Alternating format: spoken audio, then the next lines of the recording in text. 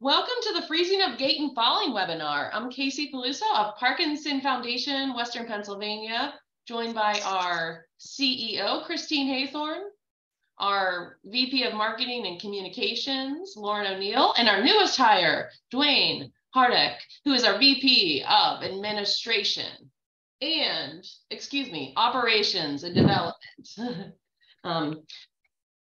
And today we are delighted to be joined by Sidney Collin.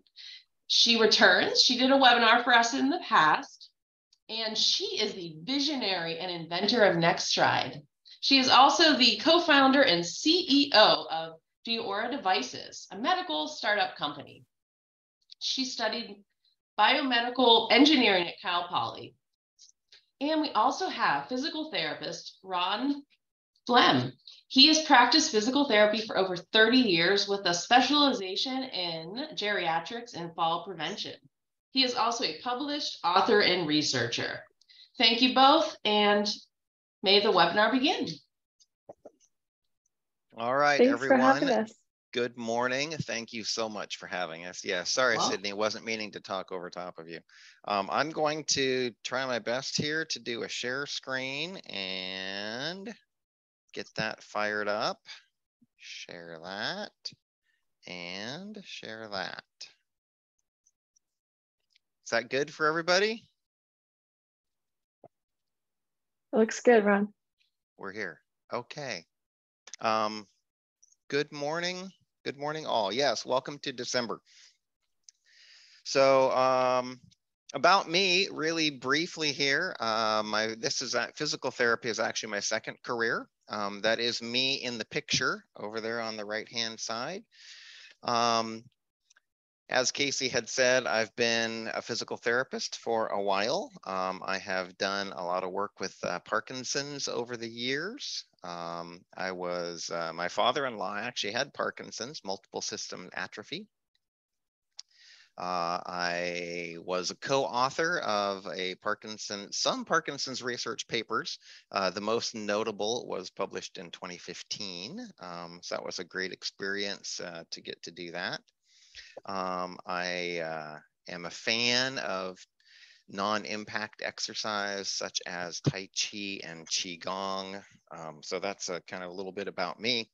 Hold a lot of certifications for exercise, for aging adults, and fall prevention, and those types of things. We're here today to talk about individuals with Parkinson's, and specifically the phenomenon known as freezing of gait. Just kind of some quotes here for introduction if those of you may not be familiar with this. It's described as a sudden freezing motion, difficulties initiating or continuing smooth stepping.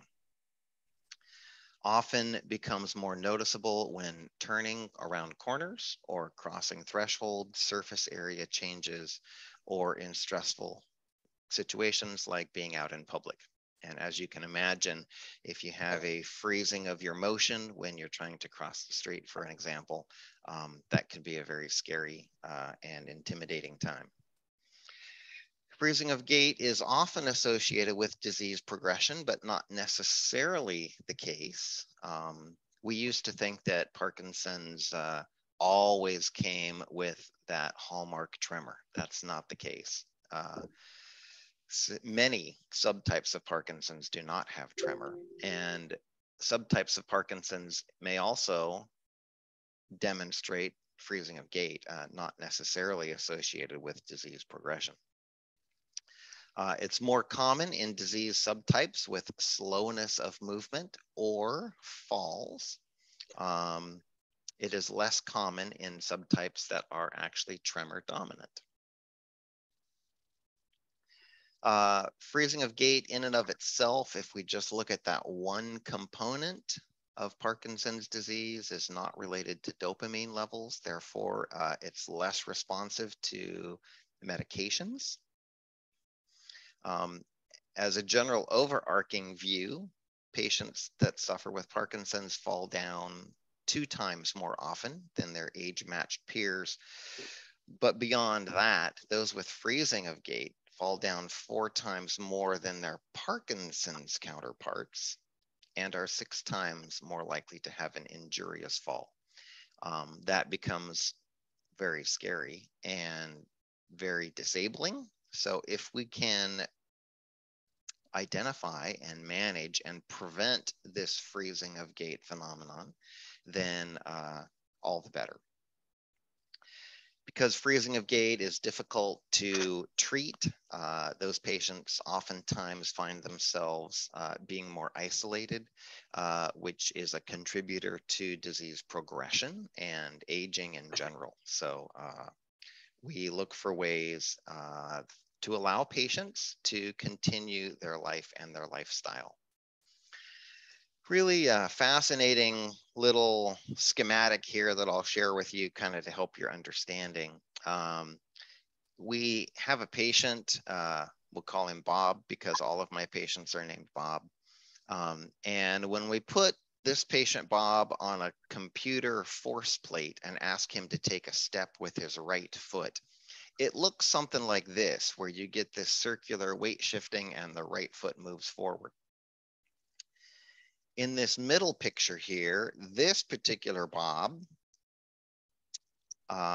is retropulsive. He is one that falls backwards. The first thing to note, it's really, really subtle, but the red dot on the left side is up by the arches versus this red dot is more back by the heels. So this Bob is tending to lean back a little more anyway, which makes forward propulsion difficult. And we ask him to take a step. We get that first initial right movement, but then his momentum is already going backwards. And this patient would have a harder time going forward. This is the guy that stands up and falls back into the chair, gets up, sits back down again, and has a hard time with his forward momentum.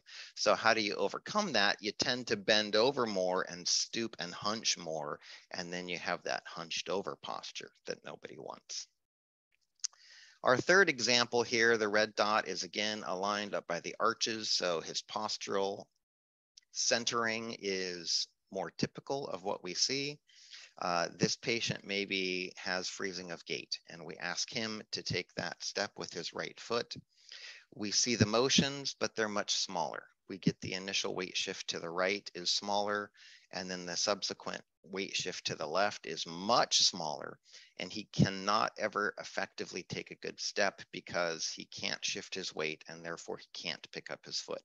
That really is what freezing of gait looks like. Why would this happen? Not just freezing of gait, but Parkinson's in general. I take this very simplified view. The brain controls how the body moves and interacts with our environment, much like the cockpit controls how the aircraft move and interacts with its environment. Brains are very complex things, as cockpits are very complex things with lots of knobs and switches and dials and things to monitor. Even with 2 or 3 pilots up front, it is a lot going on and it can be very labor intensive.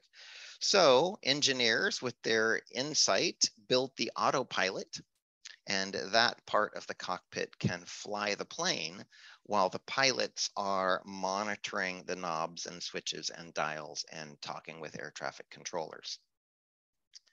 This autopilot for the brain is called the basal ganglia. It's down in the middle somewhere in between your ears. And it controls a lot of the automatic stuff. We'll have some more examples of that upcoming. But in Parkinson's, basically, the autopilot short circuits. And then we don't have that automatic control. So besides monitoring all of the knobs and switches and dials and controls, the pilot also has to be actively controlling the aircraft, and it can become very overwhelming very quickly. Back in the 1800s, when Dr. Parkinson wrote his first paper, he described it as the shaking palsy, and very shortly thereafter, one of his colleagues wrote a paper that said Parkinson's is nothing more than a paralysis of the will. Because oftentimes, if you ask a Parkinson's patient, a patient having Parkinson's symptoms, to stop tremoring or to stand up tall or to take a big step, they are able to do that quite readily. So this other doctor described it as a paralysis of the will, that they're just not concentrating enough. Well, in the last 200 years, we have learned a lot about Parkinson's and about brains. When we talk about balance, it's a complex thing. And maybe many of you have heard some of these terms thrown out by a doctor or a therapist in the past, things like motor planning and cerebellar dampening and muscle response and motor cortexes and all of these kinds of things. Basically, all these things need to work together in order to have effective walking. And if any one of these is not working well for the patient that has Parkinson's, then something isn't as smooth and as free-flowing as we would like. This particular research study specifically noted walking and anticipated movements, like taking that step with your right foot. Were the components that were oftentimes affected in those that have freezing of gait. So the hypothesis of this research study is that people who have Parkinson's who also freeze have more difficulty with their gait and their anticipated motions, and therefore strategies and rehabilitation should focus on these types of things. Well, besides repetitions, what else could we offer? Another example of someone who has difficulty with this weight shifting or freezing of gait, we placed this patient on a force plate and had them lean from side to side and also lean frontwards and backwards.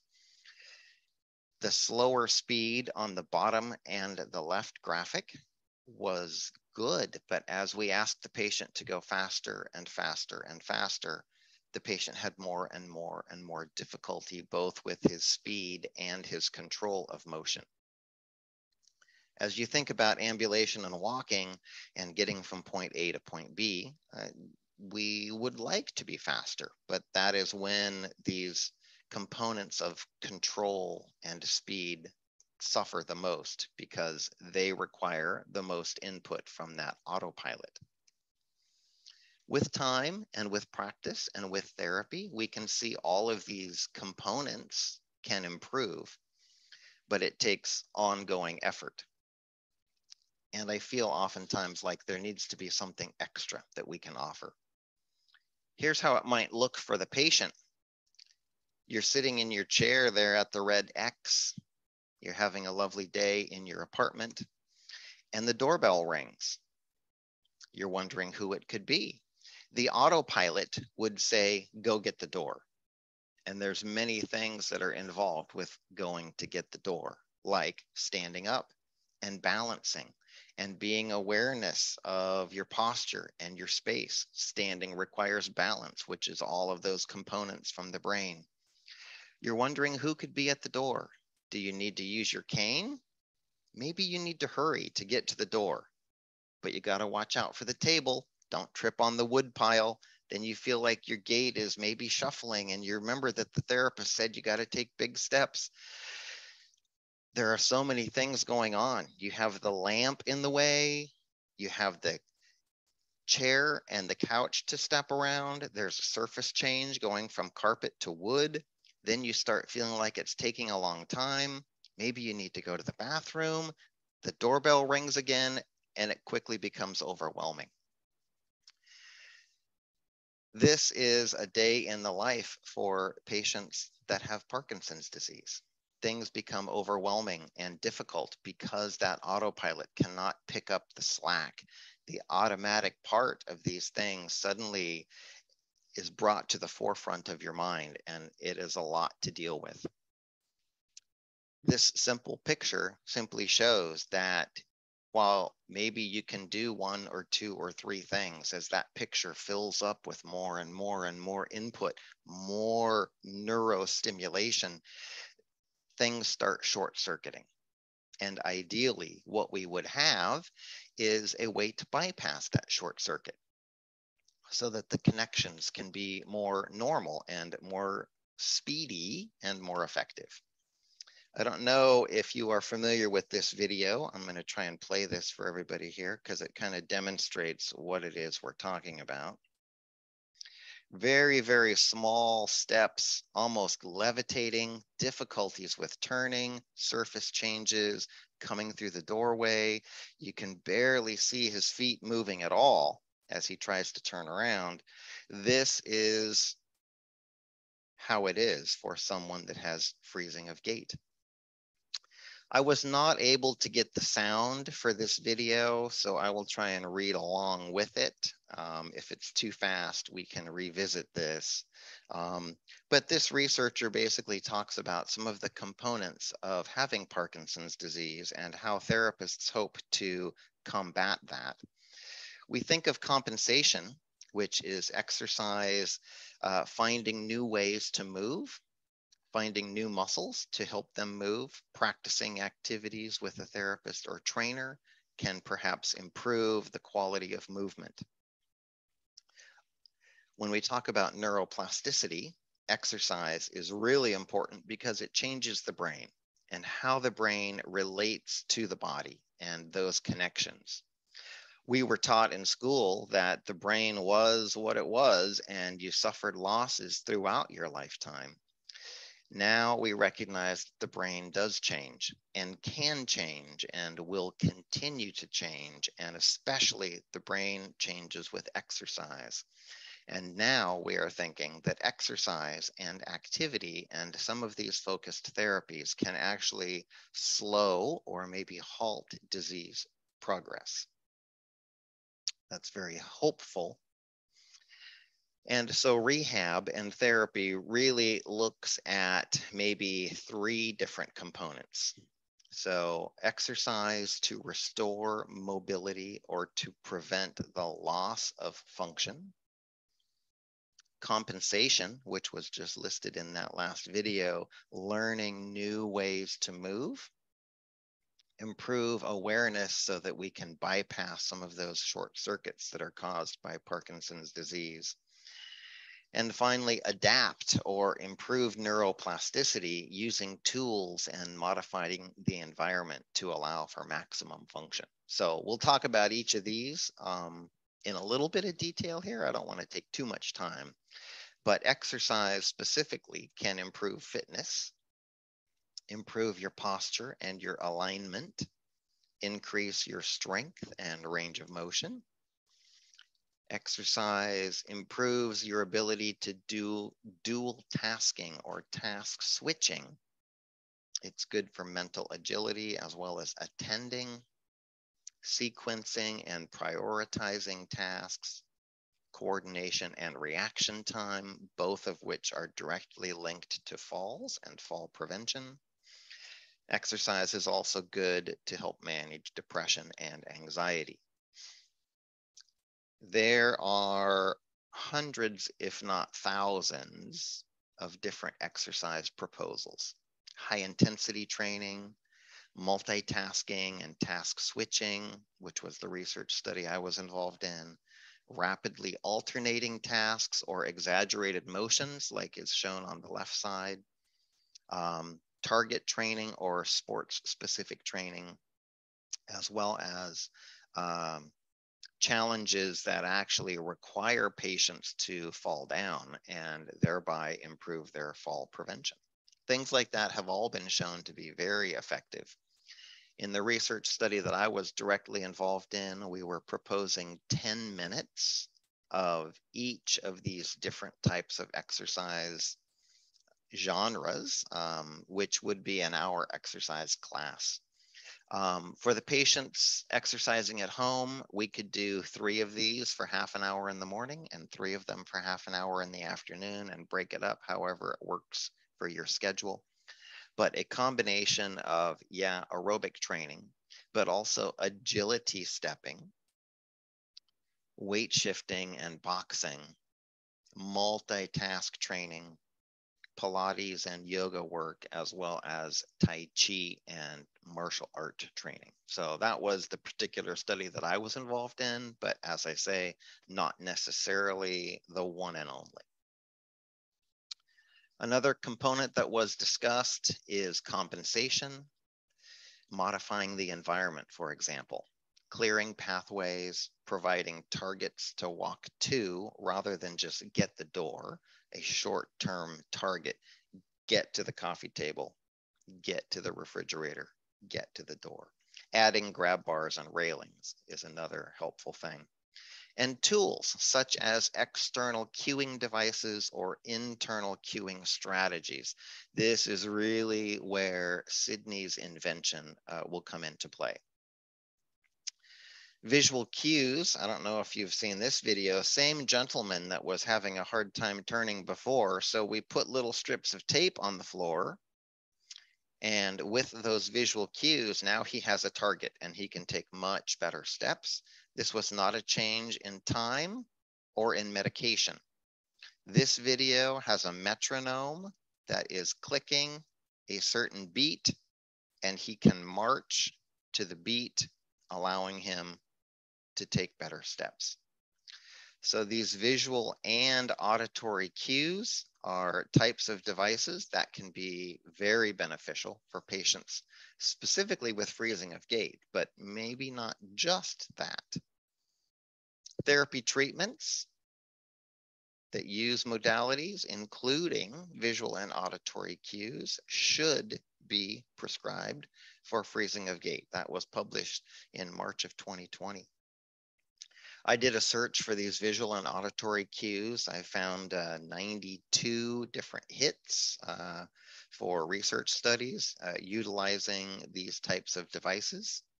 Some of those research studies identified immediate improvements in gait initiation as well as stepping with a laser and or auditory cues. This study 2 or 3 times more effective by using the cues. This study used visual and auditory cueing with a fixed speed treadmill to target specifically those with freezing of gait. These studies are kind of few and far between, but they are very promising. Visual and auditory cues improved walking performance for patients with Parkinson's. They affected different parts of the brain. So being able to use a visual cue or an auditory cue or a combination of the two, vitally important. Yet another study. Reduction in the average length of time that a person is in one of these freezing episodes. Cues may help to bypass that defective basal ganglia. That's what we showed in that earlier graphic with the short circuit. Step length, walking speed, number of freezing episodes, as well as duration and falls, all improved with these devices that provide visual and or auditory cueing. After 1 month of therapy, groups showed statistically significant improvements. Both auditory and visual cues were effective for big movements, as well as small movements, as well as gait. This was done in patients with stroke, so not just for Parkinson's, not just for freezing of gait, but these devices may also be useful for other types of things. Parkinson's patients appeared to benefit from rhythmic cues, which improved their speed and step length. Amazing. And then one of the other goals may be to talk about adaptation, adding a cane, adding grab bars, providing for more assistance when patients that suffer Parkinson's need to get up, and modifying expectations, allowing for more time, allowing for more rest breaks. These types of things oftentimes allow patients to maintain their independence and their function much longer. For me, when I'm in clinic, my first goal is to prevent. I want to prevent disability. I want to prevent falls. I want to prevent weakness. Later, we can talk about compensatory strategies, maybe breaking down tasks and improving focus, and then adding in these tools or devices to help patients be able to achieve the ultimate goal, which is to seize life and continue to have a meaningful life. That's really the goal of therapy in general. While there are a number of effective therapies and exercise programs and exercise approaches, exercise is neuroprotective, there is no single one exercise type or device that is universally helpful. So being able to have some flexibility in our devices and in our approaches is what's the most effective. If we can have access to some of these devices and some of these additional cues, it seems to make sense that we would utilize those along with the best exercise approaches to help minimize disability and difficulty for our patients who suffer from Parkinson's. That is the end of my bit here. I'm going to attempt to stop sharing my screen. There we go. Can you see my screen now? I can. Okay, cool. Thank you, Ron. So now that Ron got into the details of what is freezing of gait, why does it happen, and what is the research that shows what we can do about it, and some great videos, I'm going to talk to you guys a little bit more about NexStride and how we used all the information that Ron went over to create a device to actually help people overcome freezing of gait. So the company is called Zero Devices. The product is called NexStride. And I'm going to tell you a little bit more about how we got started. So it all started with one person, Jack Brill. He is a veteran who lived in San Luis Obispo in California when I met him, and lived with Parkinson's disease, suffered from freezing of gait. So here's a video of Jack experiencing freezing, trying to walk across his living room floor. You can see his legs are trembling. He's trying to take that first step, but he's having a hard time initiating walking, initiating moving.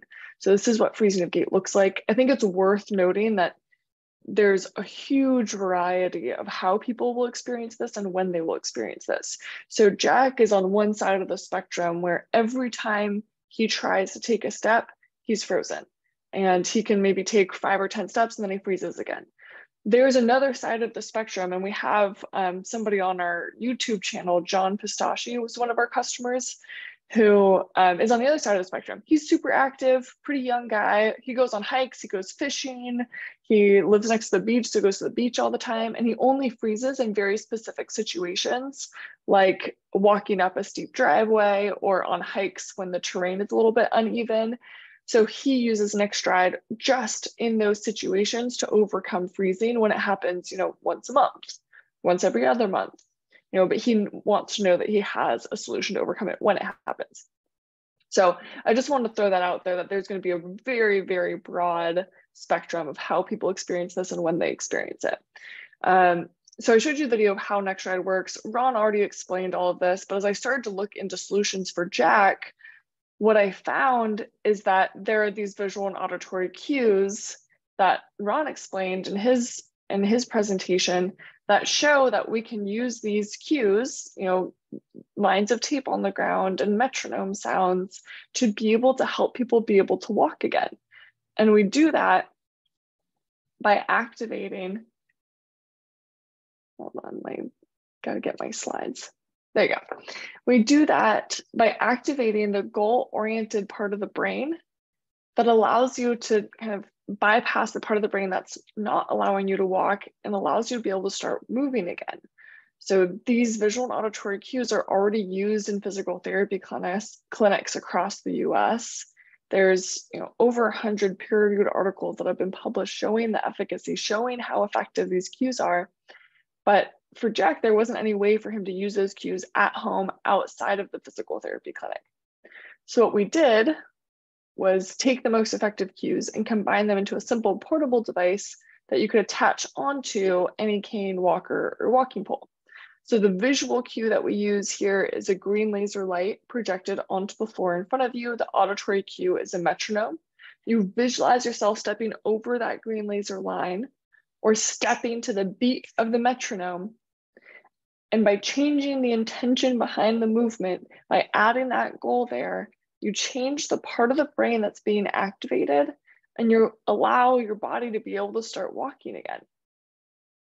Super simple solution, right, to a really important problem. So here's a video of Jack walking across his living room floor. He's using this device for the first time. He's never used it before. So you can see the difference that it makes for him. And then I have another video of someone who's actually experiencing a freezing episode.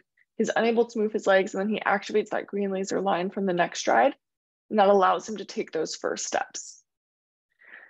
So these are two kind of different people experiencing freezing in different situations. One person's using the device kind of as a rescue cue. You know, if he freezes, he turns the device on, starts stepping, he'll turn it off and keep walking just fine. And then Jack will use it continuously. So anytime he is up or walking, he has the laser and the metronome on to prevent freezing from coming on in the first place. So Ron went over the research. There's a lot of research out there showing how effective these visual and auditory cues are, but I'll just go over high level. Visual and auditory cues have been shown to reduce falls by 40% for people who experience freezing, reduce the duration of freezing episodes by 69%, and reduce the frequency of episodes from coming on by 43%. So super significant numbers there. And then for our population, we did a survey of about 42 people that were using our product at the time. And after a month of using the NexStride, they were able to report increased confidence in walking, increased general mobility, being able to get up and move around more, and decreased fear of falling. And these numbers are extremely important to us because, as Ron said, exercise is the only thing that has been shown to slow the progression of Parkinson's disease. So if we can give people tools to allow them to be able to continue to walk, to be able to, for Jack, it was, you know, going to the bathroom by himself, going to walk with his wife, Sandy. We have another customer, Walter, who brings his NexStride and goes to hockey games with his family. You know, being able to continue to do the things that you want to be doing just by providing tools, super important to allow people to continue to live their lives. I have some quotes here, but we don't need to go over that. What's really special about the NexStride is the fact that it can attach onto any cane, walker, or walking pole. So whatever mobility aid you're already using, you can attach these visual auditory cues onto that device. It has both visual and auditory cues, and the cues are completely on demand, which means that you have control over when those cues are on or off.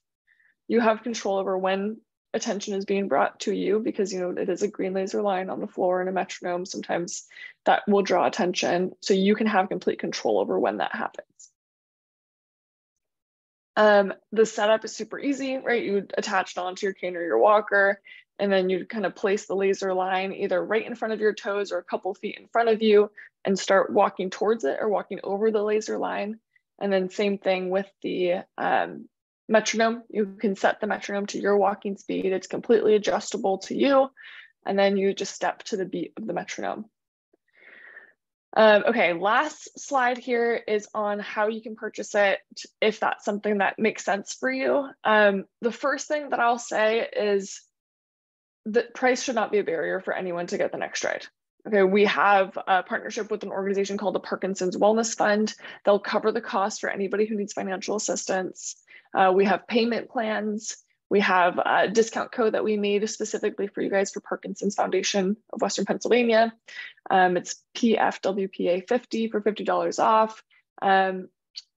You can buy it just on our website. We're getting it out in more locations now, but right now the best location is just on our website. And if you want to try it out before you purchase it, the Casey has a demo at the office, at the PFWPA office. You can, well, I don't know how Casey wants to set that up, but they have one that you can try out and see in person. And again, if you have any questions about this, I have my contact information here and I'll put it in the chat so you guys can call us if you have any questions or email us about that.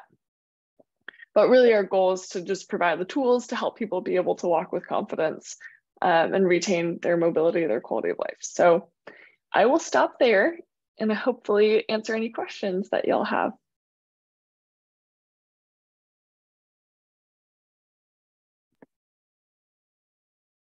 I know that was a lot of information really quickly. So you can definitely try out the questions in the office. Oh, sorry. Thank you, Sidney. There's a few questions in the chat, and then if you have another one, you can unmute yourself and ask it. Okay, I'll read some of the questions in the chat. So we have Christine asked, does everyone have a personal metronome speed that maximizes their performance? If so, can the beats per minute be adjusted with the NexStride? Good question. So from research, and I'll let Ron comment on this too, because he has more practical experience. All I do is read research papers and regurgitate that. So from the research, it shows that about 10% faster than your normal walking speed is the most effective speed for the metronome.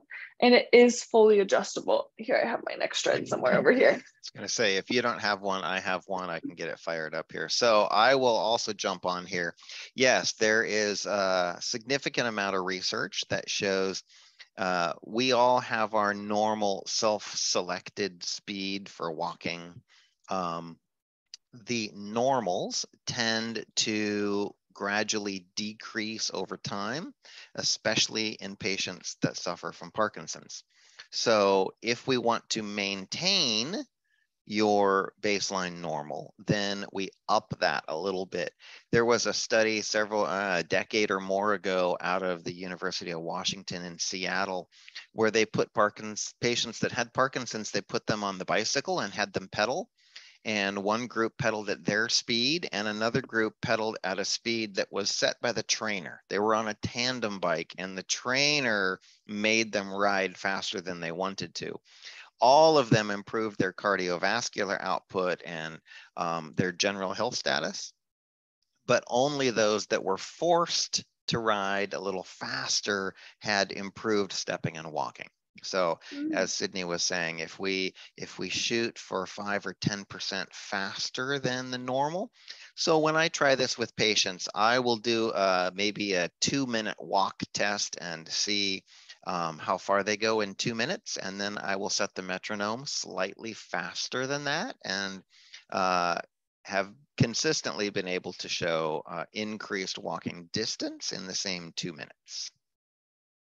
And then I'll just show you how to change the walking speed. So can you hear that metronome clicking? Or no? I have it in my headphones, so you guys probably can't hear. Okay, hold on. Well, the way that you change it is just by moving this knob, and you can change it from like 25 beats per minute to 125 beats per minute. So it has huge variability. Let me see if I can turn my headphones off so that you guys can hear.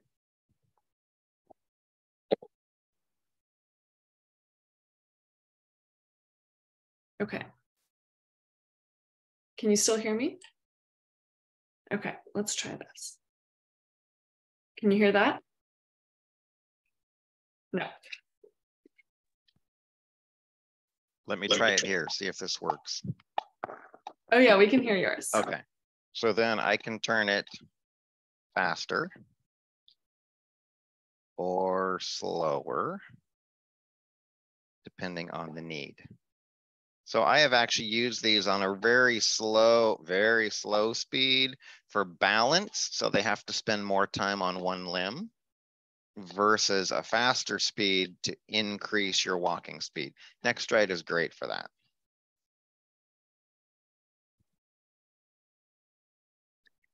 Okay, we have a couple more questions here. So from Karen, is a prescription necessary? No. So you don't need a prescription to be able to use the device. You know, you can just find it on our website. We're going to be on Amazon soon, so you can find it on Amazon. But yeah, you definitely don't need a prescription. Casey said they have one in the office. That's great. What's the battery life? Good question. So it is about 6 to 8 hours with the laser on the whole time.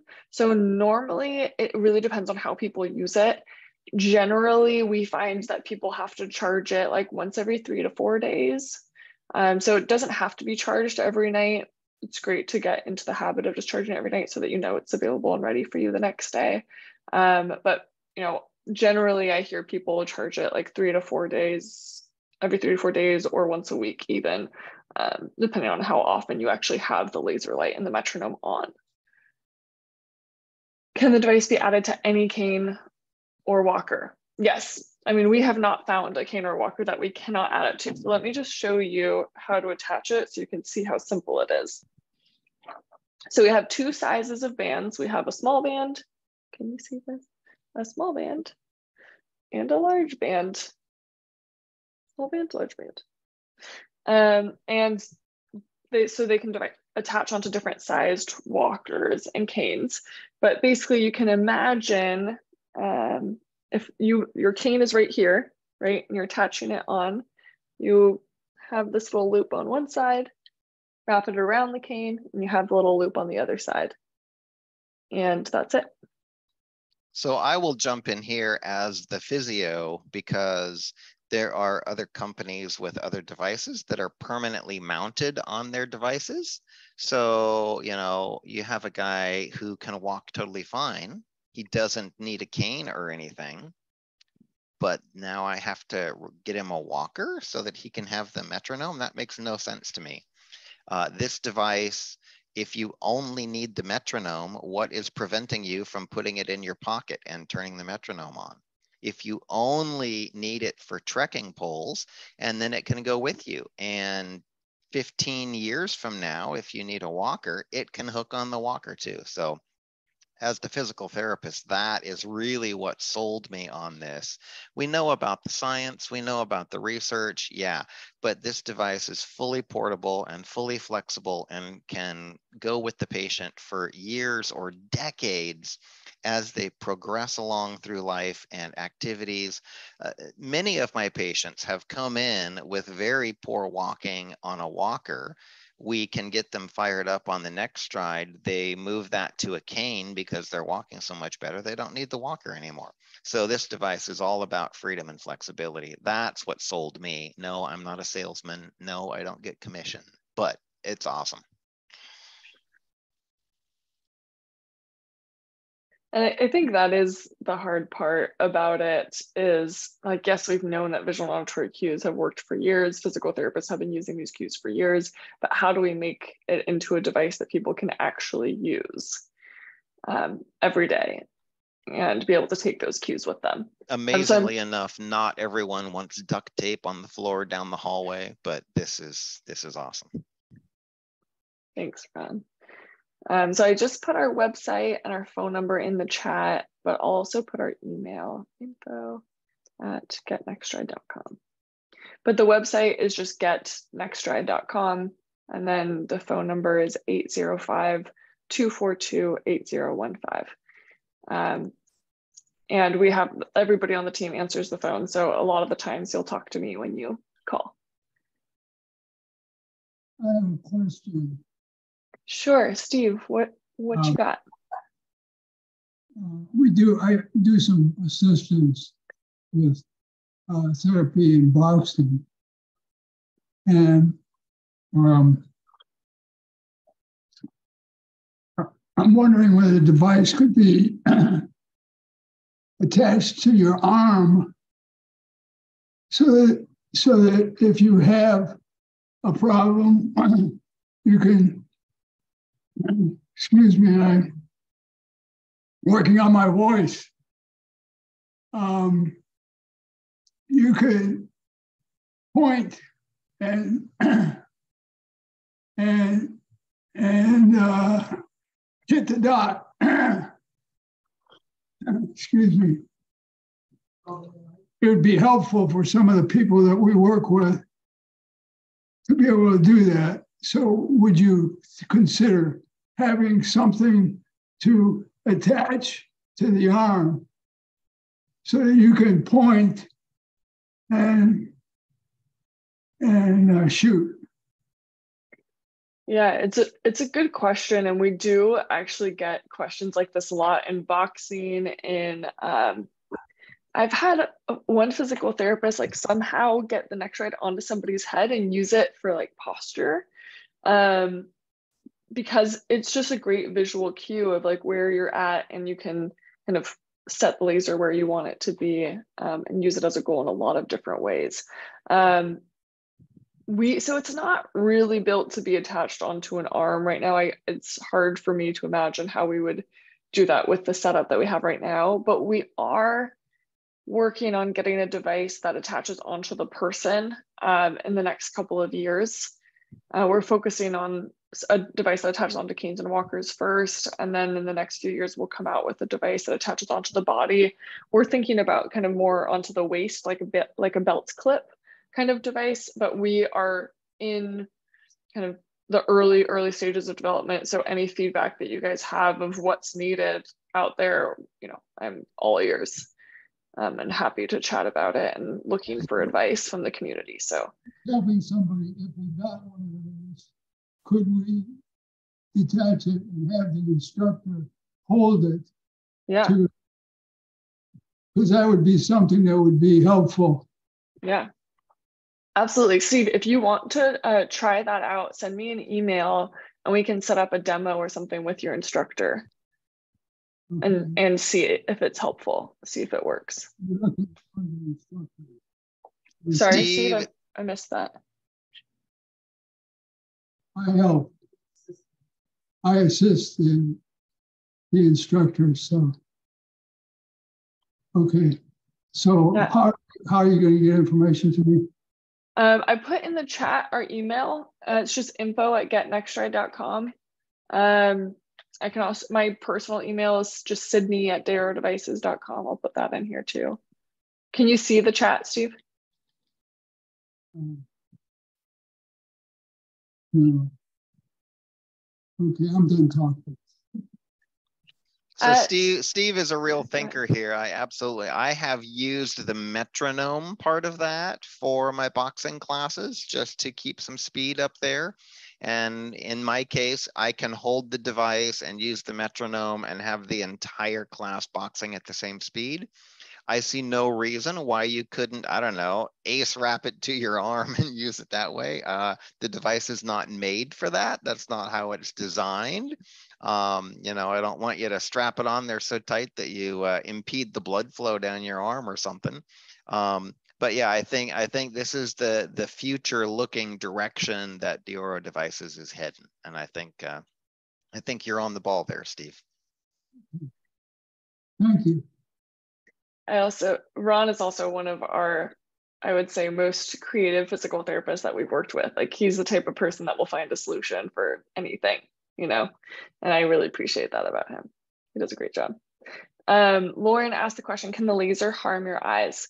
So we actually spent a lot of time looking into lasers when we built this device, because we wanted to have the strongest laser that people could see really well outside in the sunlight, but something that wasn't going to be harmful. So of course we don't point the laser at a car or a plane or anything like that, but because it's spread out, it's really not going to harm your eyes unless you put it like an inch away from your eyeball and stare at it for long periods of time. But it's really, yeah, we don't advise that you try and look into it, but it is not going to harm you.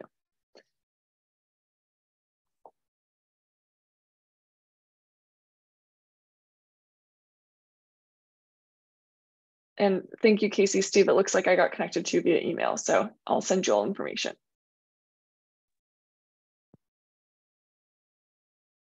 Any other lingering questions? Yeah, anything else out there? Yeah, we have a great expert here with Ron on Parkinson's. So really any questions that you have about Parkinson's and movement or any mobility questions, Ron can help answer.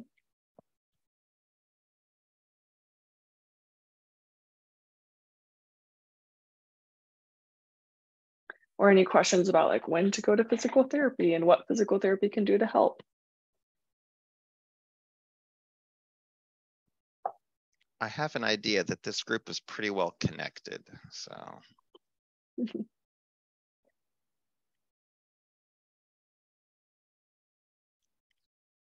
Casey, anything else from you or your group? I've got a question on fog. You mentioned fog. I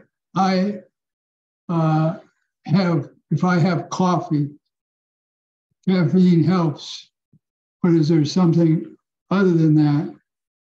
I haven't had coffee yet this morning or this afternoon. So the fog that was in the presentation is the abbreviation for freezing of gait. So that fog, as opposed to brain fog, which we all get from time to time. There is some evidence for patients with Parkinson's in general that caffeine can help to, well, it excites the nervous system, which can give you a temporary boost in your awareness and your liveliness. There are some side effects from caffeine and too much caffeine. There are some cardiac and blood pressure effects that might not be the most helpful. So, you know, everything in moderation. But yeah, I have had a number of patients that feel like they are much more functional after their morning coffee. Rest is also helpful. Majority of patients with Parkinson's that I have had feel better in the morning versus in the afternoon. They kind of start dragging a little bit. So yeah, there isn't a one prescription for everyone. And it's kind of a case-by-case basis. Mm-hmm. Good information. Any other questions before we conclude?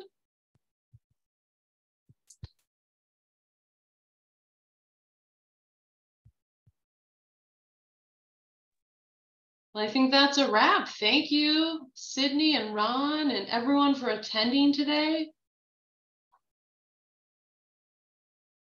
Thank you so much for having us. Yes. Oh, you're welcome. Yes, happy holidays. Keep moving. Happy holidays.